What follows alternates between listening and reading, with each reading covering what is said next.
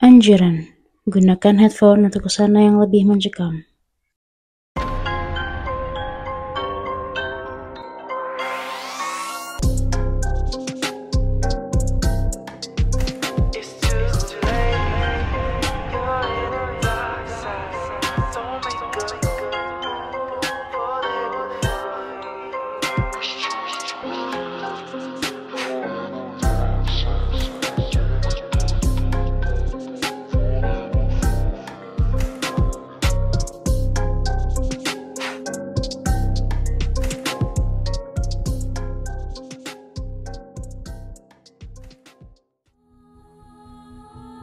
Halo Tigaran, selamat malam, selamat berjumpa kembali bersama kita di season yang terbaru, season 5. Di episode perdananya atau yang pertama alias yang ke-1. Nah kali ini gue mau cerita ya, biasalah cerita horor, ceritanya orang. Oke, kita masuk aja ya. Kejadiannya itu waktu tahun 2018, waktu aku ngekos di tempat yang udah bikin aku nyaman. Pokoknya udah seperti rumah kedua aku lah. Malah aku tuh suka ngabisin waktu ya, walaupun libur kuliah itu malah diem di kosan gak pulang ke rumah. Karena emang suasana kosannya itu udah seperti rumah biasa. Jadi lantai 2-nya dijadiin kosan sama pemiliknya, dan pemiliknya tuh tinggal di lantai 1. Ada 6 kamar di lantai 2 yang dijadiin kamar kos dengan balkon yang cukup luas yang biasa kita jadiin tempat ngumpul, makan bareng. Suasananya tuh kayak ruang keluarga, cuman berupa balkon luar aja. Nah, di situ juga ada dapur kecil. Jadi, kejadiannya tuh kira-kira selama 3 hari berturut-turut sehabis libur lebaran ya. Aku ceritain menurut urutan kejadiannya ya. Malam minggu. Aku nggak pernah mikir yang aneh-aneh ataupun kejadian horor selama ngekos di sini. Cuman di malam itu agak sedikit aneh. Sebenarnya bukan sedikit aneh, tapi benar-benar aneh. Aku tidur sekitar jam 12, terus tiba-tiba lampu kamarku mati. Tapi lampu luar enggak. Aku mikirnya mungkin tokennya habis. Jadi aku tidur aja dalam kegelapan. Terus ada suara kayak nyakar-nyakar pintu kamar. Aku masih biasa aja tuh, mungkin itu kucing karena emang suka ada kucing sih. Terus lama-kelamaan kayak ngetuk-ngetuk pintu gitu. Aku pun masih biarin tuh. Sampai akhirnya ngetuk-ngetuk jendela. Dan aku lihat itu nggak ada orang. Ini mulai agak bikin takut sih, tapi aku masih berpikir positif. Anehnya, ketukannya tuh beneran kayak orang yang lagi ngetuk ya. Aku jadi gak bisa tidur. Terus mau gak mau ya main HP, dan aku chat temenku di kamar sebelah yang deket dapur. Waktu sekitar jam 1:30 pagi, pas lagi asik chatting, tiba-tiba cekrek, ada yang matiin lampu luar. Kaget banget dong. Temenku yang di kamar sebelah yang lagi chat sama aku juga kaget. Jadi kan makin gelap tuh. Aku di kamar sendirian jadi gak ada cahaya dari luar juga. Terus aku telepon temen kamar sebelah. Dia tuh cowok satu-satunya, jadi kita kalau ada apa-apa selalu ke dia ya. Terus dia keluar kamarnya nih. Sedangkan kita semua masih pada dalam kamar. Kemudian dia bilang, gak ada apa-apa kok. Sambil nyalain lampu dan nyalain listrik kamarku. Aku baru sadar kalau token habis pasti bunyi kan. Nah ini enggak. Terus yang mati listrik tuh cuman kamarku aja. Pas temanku yang cowok, kita sebut aja si G ya. Ini dia nyalain lampu luar. Dia juga sekaligus nyetrekin tombol yang buat nyalain listrik di kamarku. Padahal sebelumnya tuh gak ada suara nyetrekin. Habis itu semua pada keluar kamar dan semua juga kaget. Kita suruh si G nih buat meriksa sekeliling, takutnya ada yang jahil kan. Ternyata gak ada. Aku ceritalah ke mamaku, sampai mama dan ayahku jengukin aku ke kosan karena khawatir. Malam Selasa. Di malam ini sebenarnya yang ngalamin kejadian horor itu teman kamar sebelah ya, yang satu kelas sama aku di kampus yang malam sebelumnya chattingan sama aku yang kita sebut aja si Adeh. Dia cerita di hari Selasanya kalau semalam tuh di depan pintu kamarnya ada cewek nangis terseduh-seduh cukup keras. Dia pikir itu salah satu teman kos kita yang lagi nangis, tapi dia takut untuk meriksa keluar.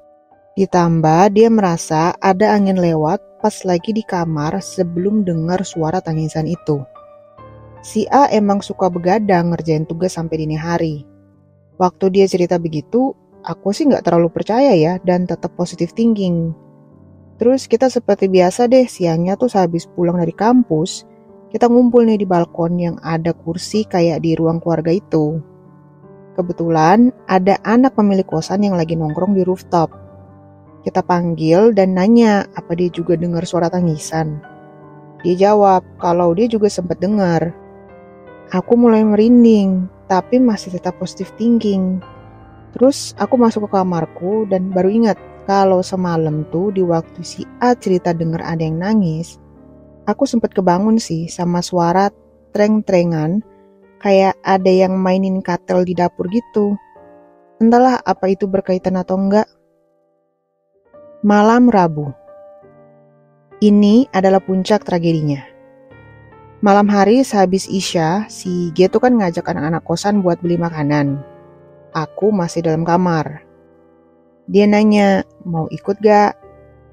Pikir-pikir ya udah, aku ikut lah. Kalau gak aku ditinggal sendirian kan. Sehabis kita beli makanan, di perjalanan pulang menuju kosan tuh ada lapangan voli. Nah, kita lewat ke tengah lapangan itu. Dan tiba-tiba ada anak-anak yang biasa main di situ teriak ke kita.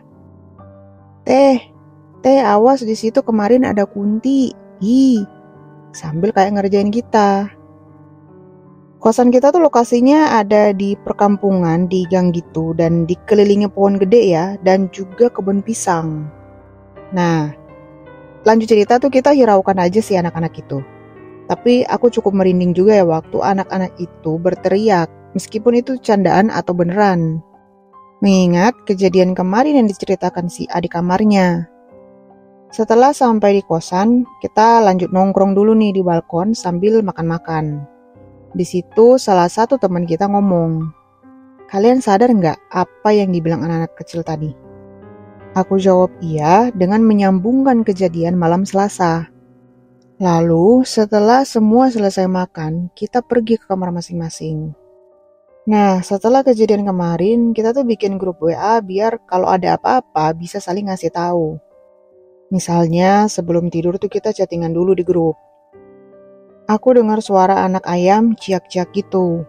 Konon katanya kalau dengar suara anak ayam, suka ada yang tadi anak-anak kecil bilang waktu kita lewat lapangan voli. Tahu kan ya?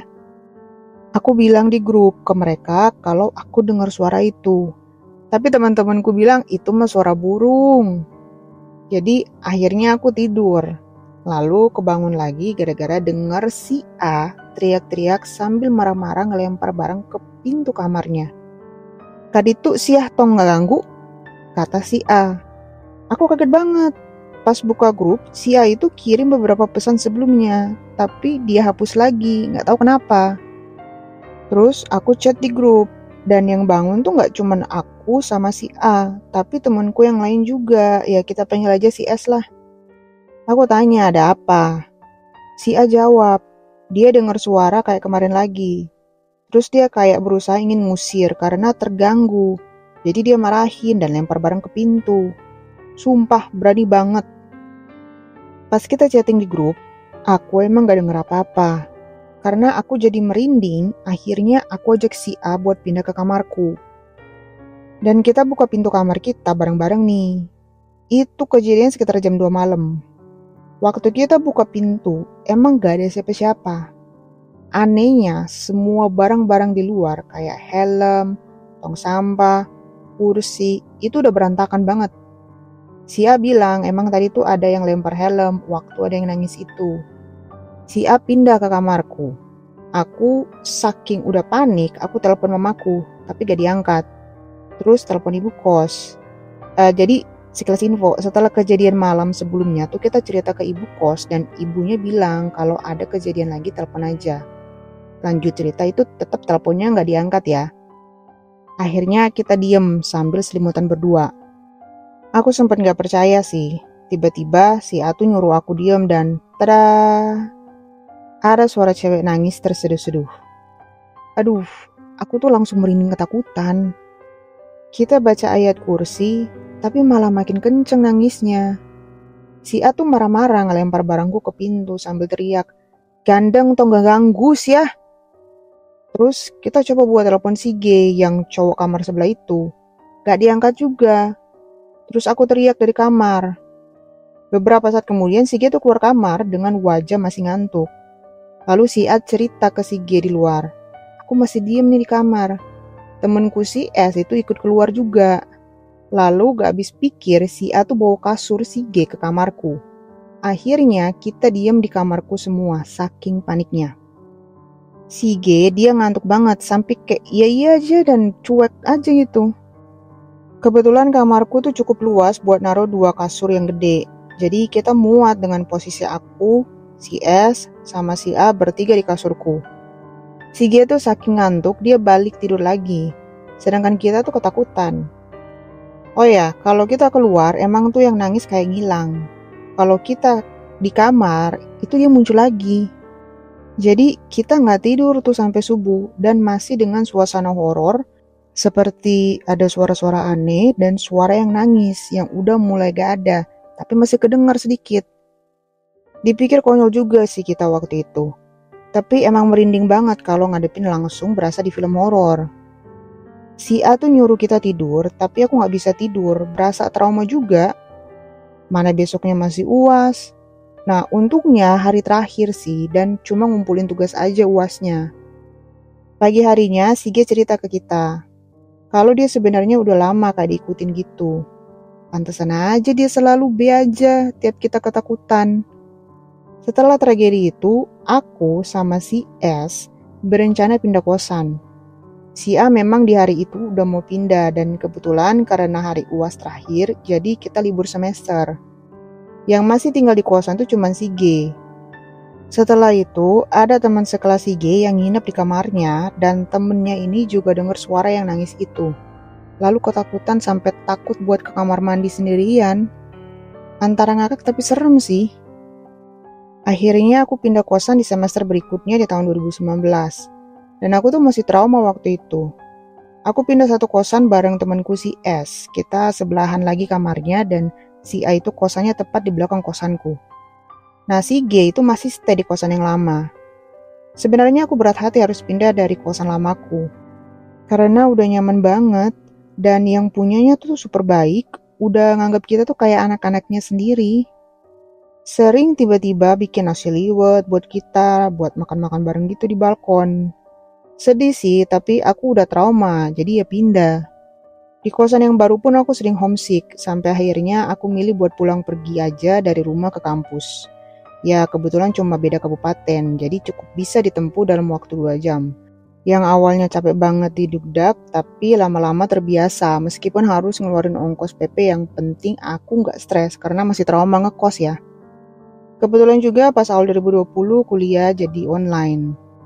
Sejujurnya tuh butuh waktu lama ya sampai aku bisa ngelupain kejadian itu. Oke, Tigarans, demikian ceritanya nih. Kira-kira gimana? Ini benar-benar dari yang biasanya nggak ada apa-apa, tiba-tiba dalam 3 hari berturut-turut diteror ya. Cuman gara-gara salah satu temennya itu diikutin. Tapi kenanya kenapa bisa ke semuanya ya? Kayak kok nggak puas gitu, udah ganggu satu, diganggu juga yang lain.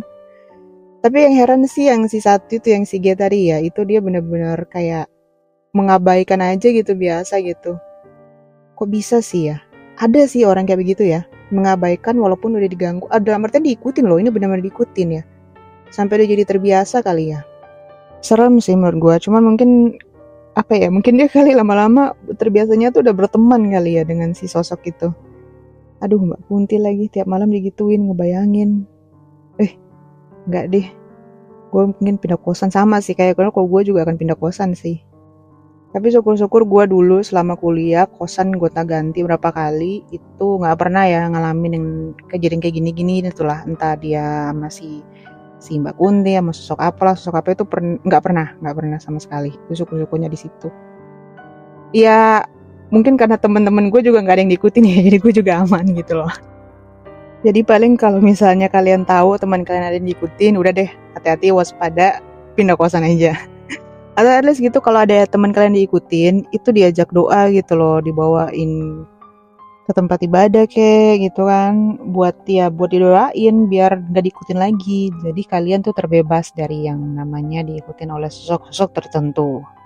Oke, Tigaran, kira-kira itu aja nih dari episode pertama di season kelima ini. Kita lanjut lagi nanti di episode berikut. Ikutin terus Tigaran, oke? Bisa kasih komen kalau mau saran, kritik, dan lain-lain. Itu aja kali gue tutup untuk episode kali ini. Seperti biasa dari gue ke lu, dari gue ke kalian. Jangan lupa berdoa kalau udah mau tidur. Oke? Bye-bye.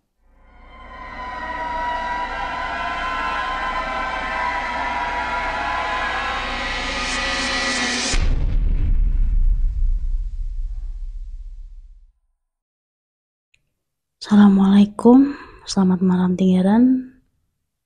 Kembali lagi dengan gue di episode 2 season 5. Nah, hari ini gue mau cerita nih.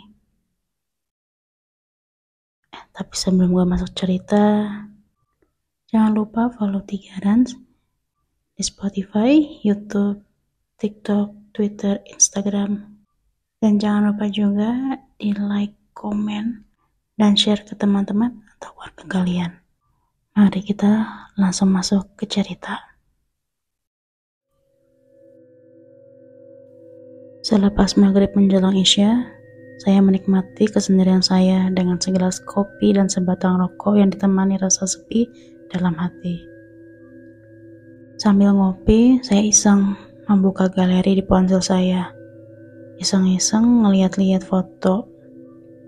Tanpa sengaja, saya melihat salah satu foto yang membuat saya teringat di suatu malam. Saya diminta tolong untuk mengemudikan mobil ambulans mengantarkan jenazah seorang perempuan ke daerah Sumedang. Saya mendengar dari keluarga almarhum, ia meninggal karena diguna-guna yang konon katanya orang yang mengguna-gunanya itu seseorang dari keluarga mantan suaminya. Saya lihat jarum jam menunjukkan jam 8 malam saat saya sedang asyik bercanda sama ketiga anak saya. Tiba-tiba saja saya mendengar ada yang manggil-manggil saya di luar. Assalamualaikum, Mang. Mang Yosep.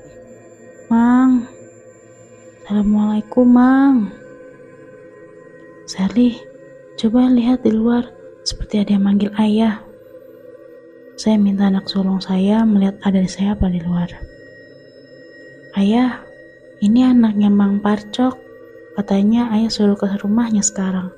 Penting banget katanya ya. Cepetan katanya. Saya bergegas menghampiri anak itu. Ada apa, Dek? Tumben bapak kamu nyuruh buru-buru. Mang Asep, kata bapak cepetan ke rumah. Bapak lagi sakit gak bisa bangun. Bapak penting banget ke Mamang. Saya segera pergi ke rumahnya karena takut kenapa-napa sama bapaknya itu. Setiba di rumahnya, saya lihat dia memang sedang sakit lumayan parah. Saya pikir dia minta diantar ke rumah sakit. Sep, maaf ngerepotin. Kalau kamu besok gak kerja, kamu bisa gak sekarang bawa ambulan nganterin jenazah ke Sumedang? Kalau bisa, nah ini keluarganya. Buat keperluan di jalan, kamu tinggal ngomong sama si bapak dan si ibu ini.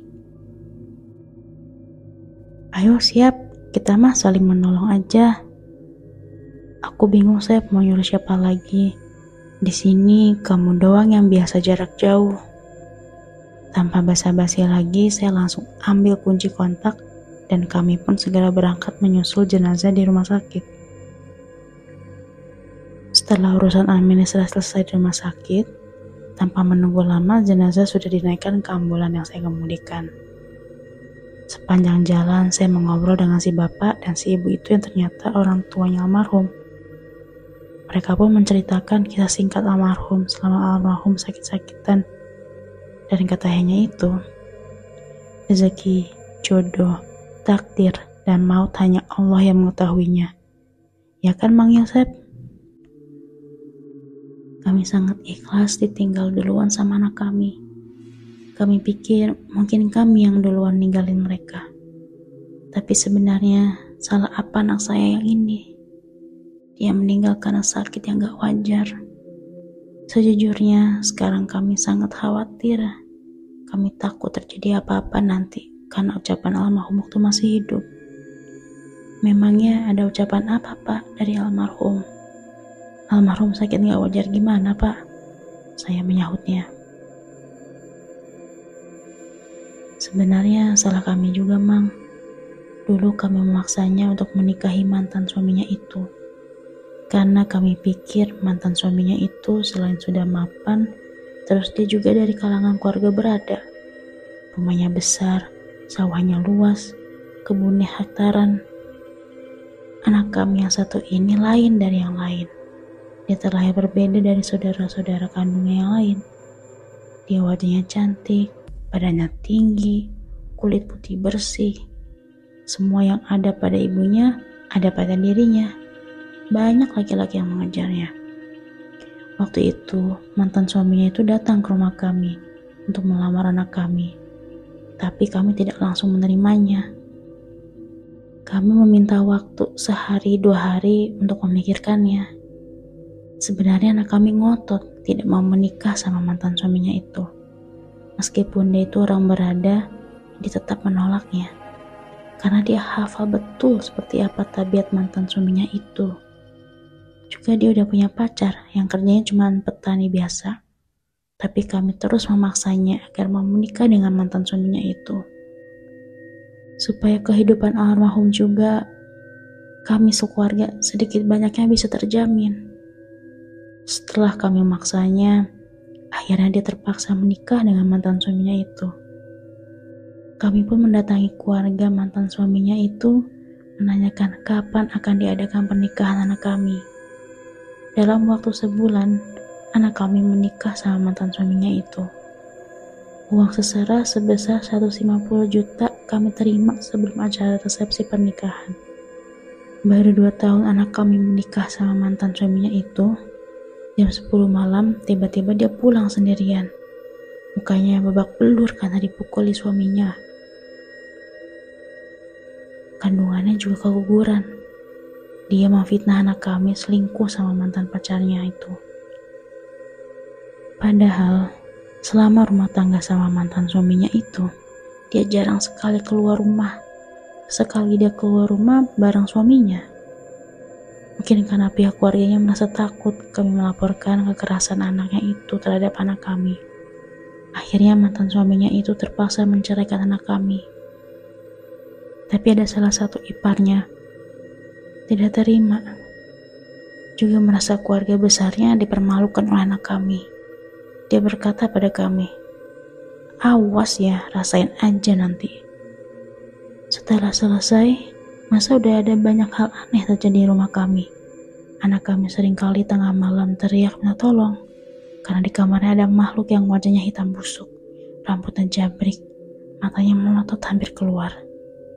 Dia sering seperti itu teriak minta tolong tengah malam. Kemudian mulai ada penyakit aneh di badannya. Pernah beberapa minggu di lubang kemaluannya sering keluar belatung dan tercium bau busuk. Kami membawanya ke rumah sakit, dirawat sama dokter spesialis. Tapi kata mereka tidak ada penyakit apapun, apalagi penyakit kotor. Semua organ dalamnya sehat. Terus kami minta tolong sama kiai di kampung kami, di Sumedang. Alhamdulillah penyakit itu sembuh. Tapi itu tidak berlangsung lama. Di kemaluannya keluar darah. Kami pikir itu cuma darah haid. Tapi sudah sebulan lebih masih terus mengeluarkan darah. Kadang dia sering pingsan setelah sadar. Kata dia melihat makhluk mengerikan duduk di bawah tempat tidurnya. Mukanya gosong, lidahnya menjulur sampai ke bawah. Rambutnya berantakan, ususnya terburai keluar. Sering kali dia teriak ketakutan. 2 bulan lebih di kemaluannya terus mengeluarkan darah. Semua cara sudah kami lakukan untuk mengobatinya. Tapi semuanya hasilnya nihil. Wajahnya sudah sangat pucat karena kekurangan darah. Badannya kurus kering karena sering ketakutan. Kadang kalau dia muntah, suka keluar belatung sama cacing di mulutnya. Hampir 7 bulan dia sakit parah. Akhirnya tadi siang dia meninggal. Kami pun memutuskan memakamkan almarhum di kampung kelahirannya, di Sumedang. Tapi saat almarhum meregang nyawa, dia sempat berkata, "Gue dendam sama orang yang bikin gue begini. Mampus juga gue gak tenang kalau orang yang bikin gue begini belum ketemu sama gue." Saat meregang nyawa, dia gak bisa mengikuti ucapan kalimat tauhid dari kami. Malah dia berkata seperti itu. Itulah Mang yang sangat kami khawatirkan sekarang. Kami takut sekali nanti terjadi apa-apa. Setelah saya mendengar cerita singkat dari ayahnya almarhum, tak terasa sudah memasuki wilayah Kabupaten Bandung. Selama di jalan tidak ada hal aneh apapun. Saya mengemudi seperti biasa. Tak terasa beberapa jam perjalanan, jam 11:30 malam, kami pun tiba di rumah duka. Saya lihat semua keluarga besar sudah berkumpul. Setelah jenazah diturunkan lalu dimasukkan ke dalam keranda, jenazah langsung dibawa ke masjid untuk disolati, karena jenazah akan segera dikebumikan. Karena dari rumah duka ke lokasi kuburan lumayan jauh, jenazah dinaikkan kembali ke ambulan yang saya kemudikan. Tepat jam 1 malam, rombongan pengantar jenazah sudah pada pulang. Tinggal saya berdua sama ayahnya. Tak berselang lama, ayahnya pamit pulang ke rumahnya. Saya pun bergegas masuk ke dalam mobil. Tiba-tiba saja, ban belakang kempes kena paku. Saya mengambil ponsel saya hendak memfotokan ban yang kempes.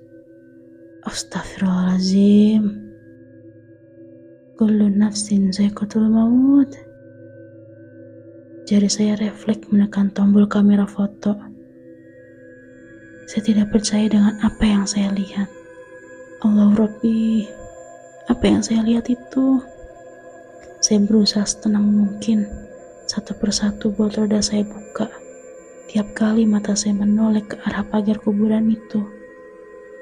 Sohib masih di sana, masih diam di situ. Dalam hati saya berkata, Bismillah aja Seb, jangan sampai kamu dicelakai oleh rasa takut kamu sendiri. Setelah saya mengganti ban dengan sisa keberanian dalam diri saya, juga keyakinan saya terhadap Yang Maha Kuasa, saya memberanikan diri berjalan masuk ke kuburan dan berdiri menghadap kiblat tepat di atas kuburan almarhum. Saya azan, kemudian selesai azan saya langsung iqomat. Dengan suara terengah-engah, keringat dingin mengalir deras di sekujur badan saya. Selama saya azan dan iqomat, aroma amis darah terendus hidung saya di atas kuburannya. Tadinya saya mau langsung berangkat pulang, tapi saya pikir-pikir lebih baik saya ke rumah keluarganya. Saya harus berbicara secara pribadi dengan ayahnya tentang apa yang saya lihat dan saya alami. Setibanya di rumahnya, tanpa basa-basi, saya langsung menarik ayahnya ke dalam kamar. Dan saya langsung menutup pintu kamar. Jangan sampai ada yang mengetahui tentang hal itu. Karena menurut saya, hal itu merupakan sebuah aib bagi keluarganya. Pak, saya mohon maaf sebelumnya. Di daerah ini, siapa kiai yang tinggi ilmunya juga bersih hatinya. Kasihan almarhum, jangan sampai almarhum di saat kematiannya pun masih sangat tersiksa. Semasa hidup almarhum sudah sangat tersiksa karena keegoisan Bapak sendiri. Hanya karena demi harta, Bapak sampai menjual cinta dan harga diri anak kandung Bapak sendiri dengan modal kecantikan dan kemolekan tubuh anak Bapak itu. Panggil kiai sekarang juga Pak, tolong sempurnakan kematian anak Bapak itu. Saya nggak mau terjadi apa-apa pada diri saya di perjalanan. Ada apa Mang Asep? Jangan ngomong seenaknya ya. Pak, dengar baik-baik ya Pak. Apa yang sangat dikhawatirkan sama Bapak sekeluarga langsung terjadi malam ini juga. Nih, lihat video di HP saya. Udah cukup kan buktinya? Dasar tua bangka mata duitan. Lalu saya menceritakan semua yang saya alami di kuburan. Ayahnya langsung terkulai lemas. Beliau minta adiknya agar segera menyusul beberapa orang kiai untuk segera datang malam itu juga. Jam 3 dini hari saya pamit pulang. Setelah beberapa orang kiai beserta santri-santrinya tiba di rumahnya, dan entahlah kejadian apa yang menimpa keluarganya itu. Kadang, seringkali kita sebagai orang tua selalu mengabaikan untuk menghargai dari apa yang sudah menjadi keputusan anak-anak kita. Jangan sampai kita menghancurkan masa depan, juga kehidupan anak-anak kita karena keegoisan kita sebagai orang tua. Berbakti pada orang tua, balas budi sama orang tua. Kalau tidak nurut sama orang tua, sama dengan nuharga. Semua itu jangan dijadikan alasan demi keuntungan pribadi. Semua orang bisa menjadi orang tua, tapi tidak semua orang bisa bertindak sebagai orang tua. Nah, gimana teman-teman? Serem gak sih ceritanya? Kalau dari cerita tadi sih sebenarnya gak ketahuan ya penampakannya tuh apa. Tapi karena gue baca dan ada fotonya juga, jadi sebenarnya penampakannya itu tuh pocong. Pocong kayak pocongnya tuh lagi diri di tengah-tengah hutan gitu. Dan jaraknya sih kalau gue lihat nggak terlalu jauh dari si Mang Yosep ini ya. Lumayan deket men. Iyalah, dia takut. Sebenarnya kalau gue baca dari cerita ya, siapa sih yang nggak takut ya? Hanya orang-orang tertentu yang gak takut ngeliat hantu, setan kayak gitu. Tapi ini jadinya kasihan sih kalau gue perhatiin ya. Anaknya itu dipaksa untuk nikah karena harta. Ya mungkin niat orang tuanya tuh baik, biar anaknya itu hidupnya nanti atau setelah menikah tuh nggak yang sengsara gitu loh karena kekurangan uang lah. Cuman kalau hasilnya yang kayak gini ya, bukannya bahagia malah sengsara anaknya juga kan. Serba salah. Emang benar kalau nyari jodoh itu ya harus tahu bibit bobot bebet segala macam itu. Kalau katanya sih yang pertama itu ya dilihat dari hubungan dia sama Tuhan itu gimana, sama agamanya gimana. Kalau kedua itu dilihat sikap dia ke orang tua itu gimana. Yang ketiga, yang keempat tuh baru apa? Cinta, harta, dan penampilan atau apa appearance itulah pokoknya, cantik cakepnya tuh bonus. Ya emang sih jodoh itu udah ditentuin sama yang di atas. Kita sebagai manusia hanya bisa berdoa, bersabar, dan istiqomah aja ngakuin itu semua. Karena sesungguhnya jodoh itu kan rezeki ya. Dan rezeki itu juga udah ditentuin, udah ditulis. Sudah pastilah di hidup kita kalau kita miskin-miskin, kaya-kaya, nikahnya mungkin umur 25 tahun, 30 tahun, even yang 50 tahun bernikah itu juga rezeki dari yang di atas, dari Allah gitu kan ya. Jadi kalau di recap, penampakannya itu adalah pocong yang dimana mungkin itu arwahnya si almarhum. Dan kata dari cerita juga ya, katanya almarhum itu sebelum meninggalnya bukannya membaca 2 kalimat syahadat, tapi malah membuat janji untuk balas dendam ya. Sekian cerita di episode hari ini. Sampai bertemu di episode selanjutnya. Dadah.